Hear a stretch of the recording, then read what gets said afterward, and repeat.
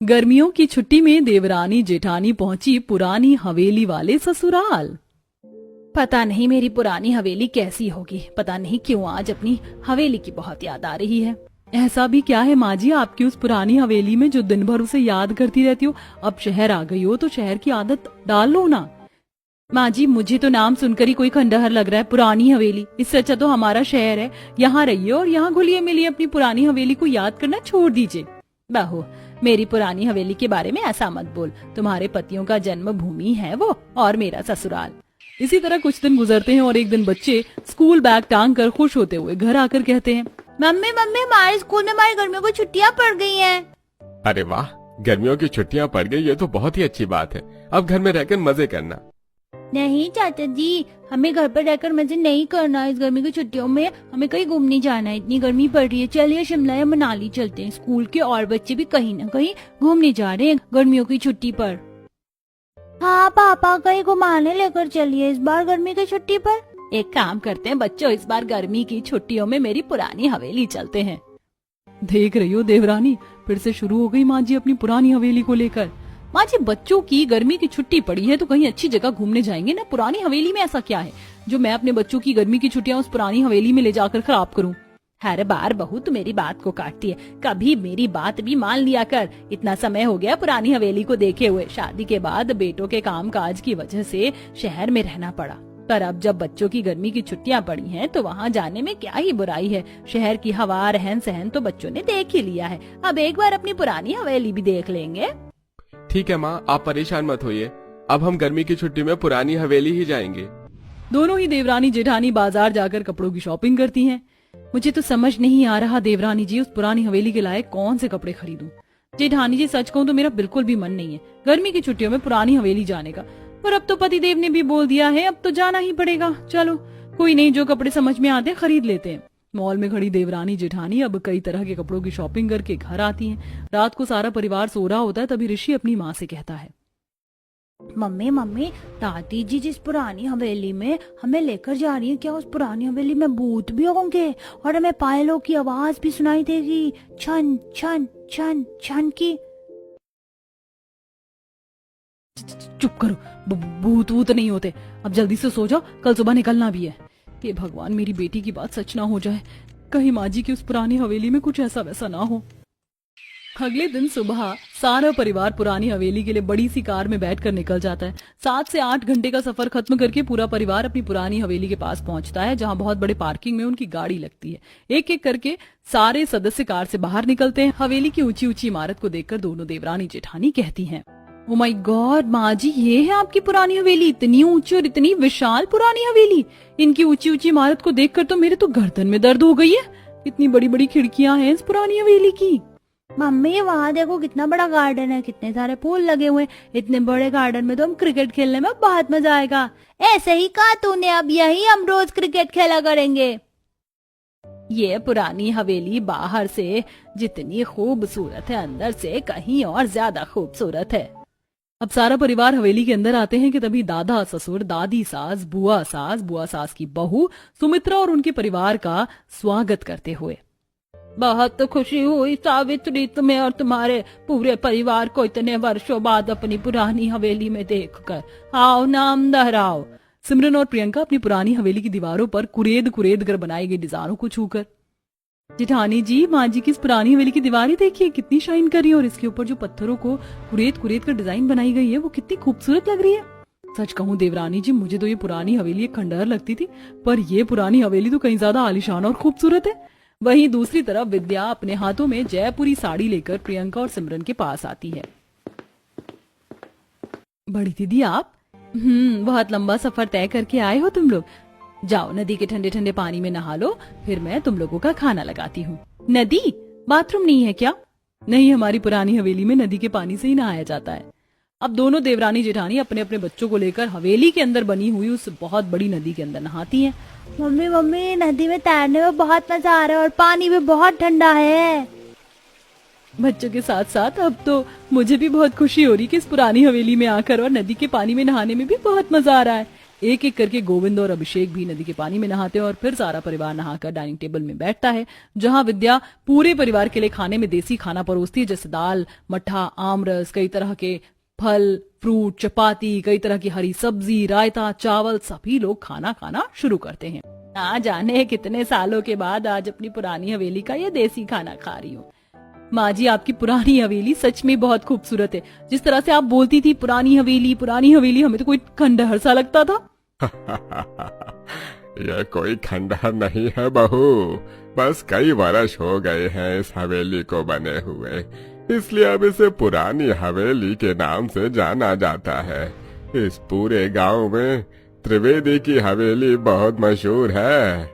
अब सभी लोग खाना खाकर आराम करने जाते, तभी रात में प्रियंका को वॉशरूम जाना होता है। अभिषेक जी उठिए ना, अभिषेक जी। हाँ, क्या हुआ? अभिषेक जी, मुझे वॉशरूम जाना है, पर अकेले जाने में डर लग रहा है इस पुरानी हवेली के वॉशरूम में। जरा साथ चलिए ना। तुम भी ना प्रियंका, इतनी बड़ी हो गई हो फिर भी डर लग रहा है। ठीक है चलो, मैं चलता हूँ। अभिषेक प्रियंका को लेकर हवेली के बहुत बड़े वॉशरूम में लेकर आता है। प्रियंका वॉशरूम के अंदर जाकर, बाप रे, हवेली का ये वॉशरूम कितना बड़ा है, इतने में तो शहर में 4 कमरे बन जाते हैं। इसी तरह अगले दिन सुबह सावित्री अपनी दोनों बहू को लेकर उमेश्वरी, कविता और विद्या के साथ अपनी हवेली के बहुत बड़े बगीचे में आती है। बाप रे माँ जी, आपकी पुरानी हवेली में इतना बड़ा बगीचा भी है? हाँ बहू, हमारे इस हवेली में बगीचा भी है और वहाँ देखो उस तरफ हमने कई तरह की सब्जियां भी उगा रखी हैं।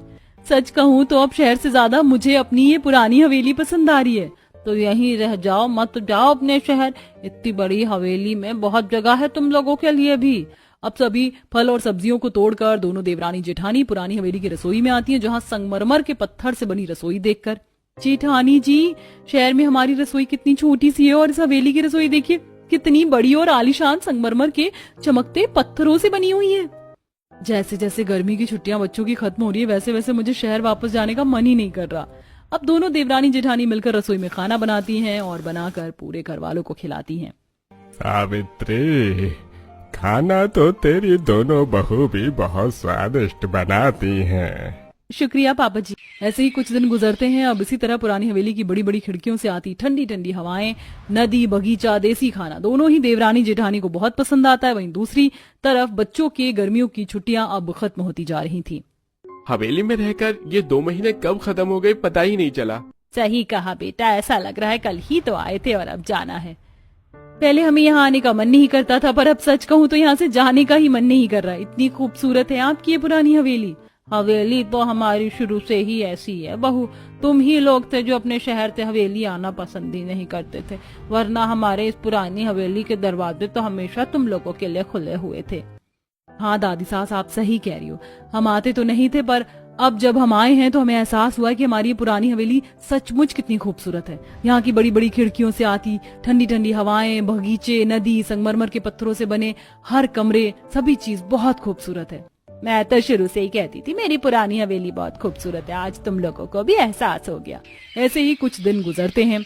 अब बच्चों की गर्मी की छुट्टियां खत्म हो जाती हैं। सारा परिवार सामान पैक करके शहर के लिए निकल रहा होता है, जहां उमेश्वरी नम आंखों से अपने पोता पोती के हाथों में पैसों की भेंट देते हुए कहती है, इसी तरह हर साल अपनी गर्मी की छुट्टियों में अपने परदादा की पुरानी हवेली में आते रहना। वादा करो, आओगे ना? जी परदादी माँ, हम जरूर आएंगे अपनी इस पुरानी हवेली में। इसी तरह उमेश्वरी, सावित्री, प्रियंका और सिमरन को गले से लगाती है। तुम लोग भी अपना ध्यान रखना, शहर से फोन करते रहना और ऐसे ही अपनी पुरानी हवेली में आते रहना। इसी तरह सावित्री का अपनी पुरानी हवेली में आने का सपना पूरा हो जाता है और दूसरी तरफ गर्मी की छुट्टियों में देवरानी जेठानी आज इस पुरानी हवेली से कई यादों को लेकर अपने पूरे शहर के साथ लौट जाती हैं। कितनी अच्छी खुशबू आ रही है। वैसे ये ठेली वाला क्या क्या बेच रहा होगा? राखी अपने घर के दरवाजे पर खड़ी हुई अपने मोहल्ले में आई हुई फास्ट फूड के ठेले को देख रही थी। राखी एक गरीब लड़की थी। मोहल्ले की सारी ही लड़कियां इनसे कुछ न कुछ खरीद ही रही हैं। मेरा भी दिल करता है फास्ट फूड खाने का, लेकिन कैसे खाऊं? माँ से पूछती हूँ। अगर माँ ने मुझे थोड़े से पैसे दे दिए तो फिर मैं भी फास्ट फूड लेकर आऊंगी। राखी ऐसे बोलकर अपने घर के अंदर गई। घर के अंदर जाकर उसने अपनी गरीब माँ से फास्ट फूड खाने के बारे में बात की। माँ, बाहर चाउमीन और बर्गर बेचने वाला आया है, आपके पास पैसे हो तो मुझे दे दो। सभी ले रहे हैं, मेरा भी मन है। बेटा कहाँ से दे दूं तुझे पैसे? घर में 2 रोटी भी मुश्किल से बनी है और साथ ही लगावन को भी कुछ नहीं है। प्याज से ही आज भी पेट भरना पड़ेगा। ऐसे में मुझे माफ कर दे बेटा, मैं तुझे पैसे नहीं दे पाऊंगी। कोई बात नहीं है माँ, आप माफी क्यों मांग रही हैं? मैं अपने घर के हालात समझती हूँ। मैं ही पागल हूँ जो आपसे आकर पैसे मांगने लगी। माफ कर दो माँ। राखी ऐसे बोलकर अंदर जाकर लेट गई। उसकी माँ हिमानी को ये सब देखकर काफी दुख हुआ। भगवान, कैसी मजबूर माँ हूँ मैं जो अपनी बेटी को 10-20 रुपए की चीज से भी खुश नहीं कर सकती हूँ। भगवान, मेरी बेटी बहुत सबरदार है। मैं चाहती हूँ कि उसे इस सब्र का सिला जरूर मिले। उसकी शादी किसी अच्छे से घर में करवा देना भगवान, जहाँ उसकी वो सारी ख्वाहिश पूरी हो जो हम पूरी नहीं कर पाते। हिमानी के ऐसे बोलते हुए आंखों में आंसू आ गए। ऐसे ही सिलसिला जारी था। देखते ही देखते समय गुजरा और वो दिन भी आ गया जब हिमानी की दुआ हकीकत में तब्दील हुई। सच में पंडित जी, इतने बड़े घराने से रिश्ता आया है मेरी बेटी के लिए? मुझे तो यकीन ही नहीं हो रहा है। हाँ हाँ हिमानी जी, आपकी बच्ची सीधी सादी है और उन लोगों को भी अपने अमीर घराने में कोई सीधी सी ही बच्ची चाहिए, इसीलिए उन्होंने आपकी बेटी को पसंद किया है। अरे भाग्य खुल गए हैं हिमानी जी आपकी बच्ची के। जी बिल्कुल सही कहा आपने पंडित जी, भाग खुल गए मेरी बच्ची के। हिमानी राखी का रिश्ता अमीर परिवार से आने पर बहुत खुश हुई और उसने उसकी बात वहीं पर पक्की कर दी। देखते ही देखते ऐसे ही समय बीत गया और वो वक्त भी आ गया जब राखी अपने गरीब मायके से विदा लेकर अमीर ससुराल में आ गई। हे भगवान, कितना बड़ा घर है। इतने बड़े घर में से तो मेरे मायके जैसे 5-5 घर निकल जाएंगे। भाभी, भाभी किस सोच में हो? लो आ गया आपका कमरा। कुछ नहीं, ये मेरा कमरा है। मानवी ने राखी को उसके कमरे में छोड़ दिया और जहां बैठकर राखी अपने कमरे को भी हैरानी से देखने लगी। कितना बड़ा कमरा है और सारा सामान भी देखने से महंगा ही लग रहा है। राखी, कल तक तू छोटी सी झोपड़ी में रहती थी और जरा आज देख तू कहाँ है। अब यहाँ पर मैं अपनी वो सारी इच्छाएं पूरी करूंगी जो मायके में अधूरी थी। मैं यहाँ अच्छी अच्छी चीजें बनाकर खाया भी करूंगी और खिलाऊंगी भी। साथ ही मैं अपने पति के साथ भी बड़े बड़े महंगे रेस्टोरेंट में खाना खाने जाया करूंगी। कल मेरी पहली रसोई है तो कल भी मैं सभी के लिए पनीर के पकौड़े और साथ में बिरयानी और मीठे में खीर बनाऊंगी। राखी ऐसे ही खुद से ही बातें करने लगी। देखते ही देखते सुबह भी हो गई और अब राखी की पहली रसोई का वक्त था। माँ जी बता दें कि मैं पहली रसोई में क्या बनाऊं? मीठे में हलवा या खीर? जो भी आपको खाना हो बता दीजिए। बहू, हलवा या खीर? बहू, मेरे घर में मीठे में हलवा या खीर नहीं खाते। हलवा और खीर दोनों चीजें बस चीनी ही चीनी है। मेरे घर में मीठे में बस फ्रूट सैलेड बनता है। हम सभी अपनी हेल्थ को लेकर बहुत कॉन्शियस है, इसीलिए तो खीर वीर ना बनाना, बस फ्रूट सैलेड है। और हाँ, खाने में बस सादी चपाती, कोई पूरी कचौरी नहीं। चपाती और आलू पालक की हल्के मिर्च मसालों की सब्जी बना देना। और हाँ बहू, रसोई में अलग से प्याज, खीरा, पत्ता गोभी, चुकंदर, गाजर, मूली और नींबू रखे हुए, तो उन सभी का सलाद बनाना ना भूलना। क्या? जी माँ जी। राखी अपनी सास शारदा की बात को सुनकर रसोई में आ गई, जहां आकर वो खुद से ही बोलने लगी। ये क्या बात हुई? मैंने तो कितना कुछ सोचा था कि मैं ये बनाऊंगी वो बनाऊंगी, लेकिन माँ जी ने तो मेरे सारे ही अरमानों पर पानी सा फेर दिया। खाने को तो कुछ बनवा नहीं रही है, बस सैलेड चाहिए इतनी सारी चीजों का। जो भी है, अब अगर ये लोग हेल्थ को लेकर इतने ही ज्यादा कॉन्शियस हैं तो फिर इसमें कोई क्या ही कर सकता है। राखी ने सभी के लिए सबसे पहले फल काटे, उसके बाद उसने सब्जियों का सलाद बनाया, जिसके बाद उसने जल्दी से रोटी सब्जी बनाकर सभी के आगे उसे लगा दिया। अरे वाह, आज नई बहू ने खाना बनाया है। वाह, कितनी सारी चीजों का सलाद भी है। शारदा, मुझे तो प्लेट भरकर सलाद ही दे दो। मम्मा, मुझे भी सलाद ही चाहिए। मैं भी बस सलाद ही खाऊंगी। बहू, तो फिर तूने बेवजह रोटी सब्जी बनाने में क्यों अपना वक्त जाया किया? हम सभी तो सलाद ही खाएंगे। आप लोग सिर्फ सलाद ही खाते हो क्या? हाँ बहू, सलाद तो शरीर के लिए अच्छी होती है और हम सभी तो रोजाना सलाद खाते हैं, फिर चाहे हम खाना खाएं या ना खाएं। अच्छा, मैं तो यहाँ फंस गई। शायद ये लोग अब मुझसे रोजाना सलाद बनवाया करेंगे और मेरा क्या, जो मैं इतने सपने देख कर आई थी। लगता है कि अब तो सब छिप छिप कर ही पूरा करना पड़ेगा। राखी ने उसी दिन से छिप छिप कर अपनी पसंद की चीजें खाने का मन बना लिया। कुछ देर बाद ही वो कामों से निपटकर अपने कमरे में गई और मेरे पास अब तो पैसे भी हैं, चलो क्यों ना मैं कुछ मंगवा कर खाऊं। वैसे भी ऐसा बीमारू जैसा खाना खाकर तो मेरा मन नहीं भरा। मैं मंगवाऊंगी अपने लिए एक पिज्जा, फ्राइज और बर्गर। राखी ने ऐसे बोलकर अपने घर वालों से छिपकर अपने लिए खाना ऑर्डर कर दिया। कुछ देर बाद ही उसका खाना आ भी गया, जिसको लेकर राखी कमरे में चली गई और मजा ही आ गया ये खाकर। तो अब से तो रोजाना मैं ऐसे ही खाया करूंगी। मेरे घर वाले भले ही खाते रहें ये सलाद बलाद। राखी ने ऐसे ही खुद से ही बातें करते हुए सब कुछ खा लिया और फिर उसने सारा खाया हुआ साफ भी कर दिया। अब रोजाना ही ऐसे होने लगा था। राखी अपने घर वालों से छिप छिप कर ऐसे ही बाहर का खाना खाती थी। आज राखी बाजार आई हुई थी। मेरे घर वालों ने तो मुझे सब्जियां कटवा कटवा कर परेशान कर दिया है। अरे इतना सलाद तो वो लोग कैसे खा लेते हैं? मुझे तो शक है कि वो इंसान भी है या इच्छाधारी बकरी तो नहीं। राखी ऐसे ही खुद से बोलती हुई आ रही थी कि तभी उसे गोलगप्पे की रेडी खड़ी हुई दिखाई दी। अरे वाह, गोलगप्पे! आहा, देख कर ही दिल कर गया। कोई यहाँ नहीं है, छिप कर खा लेती हूँ। राखी खुद को रोक नहीं पाई और वो ललचाते हुए गोलगप्पे खाने को चली गई। काफी सारे गोलगप्पे खाकर उसका मन भर गया, जिसके बाद वो अपने परिवार के लिए सलाद का सामान लेकर अपने घर पहुंची। माँ जी, मैं सामान ले आई हूँ, आप बता देना कि आप सलाद कब खाओगे तो फिर मैं बना दूंगी।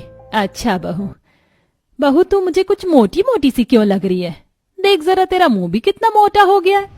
नहीं तो माँ जी, आपको शायद लग रहा होगा, वरना मैं तो आपकी तरह ही यही सलाद ही खाती हूँ।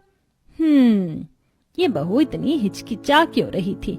जरूर दाल में कुछ तो काला है, मुझे देखना पड़ेगा। शारदा ने छिपकर राखी के वजन बढ़ने का राज जानना चाहा। उस दिन उसने ठान लिया था, इसीलिए उसने राखी के ऊपर नजर रखी और नजर रखने के बाद उसे पता चला कि राखी छिप छिप कर फास्ट फूड खाती है। राखी बेटा, राखी तू ये क्या खा रही है? माँ जी, तूने मुझसे झूठ बोला।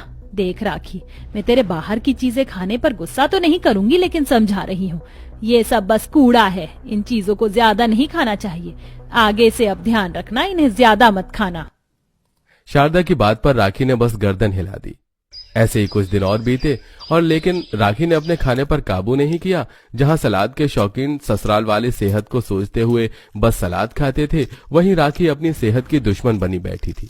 ऐसे ही आज के दिन भी राखी अपने कमरे में चिकन फ्राई खा रही थी। हाँ, मजा आ गया। Chicken fry! ये भगवान, मेरा अचानक से दम सा क्यों घुट रहा है? मुझे तो घबराहट सी हो रही है। राखी को अचानक से घबराहट होने लगी, जिसकी वजह से वो अपने कमरे से निकलकर भागी और भागते भागते ही वो बेहोश हो गई। उसकी ऐसी हालत देखकर जल्दी से डॉक्टर को बुलाया गया और कुछ देर बाद, राखी क्या था ये सब? तुम्हारे कमरे में हमें फ्राइड चिकन पड़ा हुआ मिला। तुम्हारे शरीर का कोलेस्ट्रॉल बढ़ रहा है और साथ ही तुम्हारा वेट भी ओवर हो रहा है। अब तुम बताओ कि ये सब कैसे हुआ? तुम बिना किसी को बताए छिप छिप कर फास्ट फूड खाती थी ना? रौनक, चुप हो जा। बहू पर गुस्सा मत कर। बहू, तुझे मैंने पहले ही समझाया था और अब भी समझा ही सकती हूँ। मेरी बच्ची, ये सब खाना छोड़ दे। इसमें सेहत की बर्बादी के सिवा कुछ भी नहीं है। मैं मानती हूँ कि ऐसी चीजें खाने का सभी का दिल करता ही है, लेकिन अपनी सेहत अपने ही हाथों में है बहू। शारदा की बात पर राखी बस अपनी गर्दन हिलाने लगी। बस फिर क्या था, अब राखी को अकल आ चुकी थी। इस घटना के बाद से फिर कभी राखी ने छिपकर फास्ट फूड नहीं खाया। घर का सलाद खाने से अब उसका कोलेस्ट्रॉल और वेट भी नॉर्मल होने लगा था और अब सब कुछ ठीक हो चुका था।